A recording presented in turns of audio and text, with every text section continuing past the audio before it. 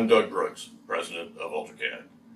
2.5 years ago, I entered into a collaboration with Johannes Adam in Germany. I had a simple question regarding the relationship between trace current and temperature.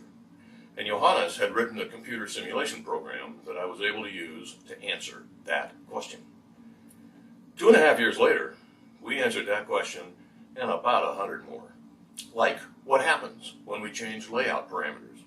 What happens when we add adjacent traces? Change trace lengths, change pad sizes, bring planes up against the trace. What happens when we change material parameters? Change material that's more conductive, change copper resistivity. Is there an effect between rolled and plated copper? And there is.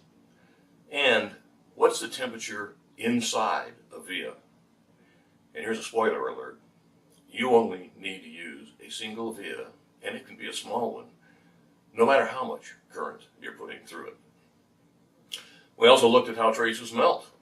How long does it take for a trace to melt? And how much damage does it do to the board when it melts? And do you know that traces don't heat evenly? There are gradients and hotspots all up and down a trace. Traces don't even heat evenly from the midpoint to the edge. The simple question that I started with morphed into a book.